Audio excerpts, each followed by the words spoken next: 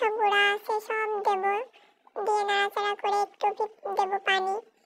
পানি দিয়ে আবার নাড়াচাড়া করলাম, করে দিলাম চিংড়ি, চিংড়ি দিয়ে আবার নাড়াচাড়া করলাম, করে এবার দেবো সেই ফাইনালি শাক। এখানে পালং শাক দিয়ে দিলাম, দিয়ে ভালো করে মাছটা ঢেকে দিলাম, ঢেকে দেখো পালং শাকটা সিদ্ধ হচ্ছে।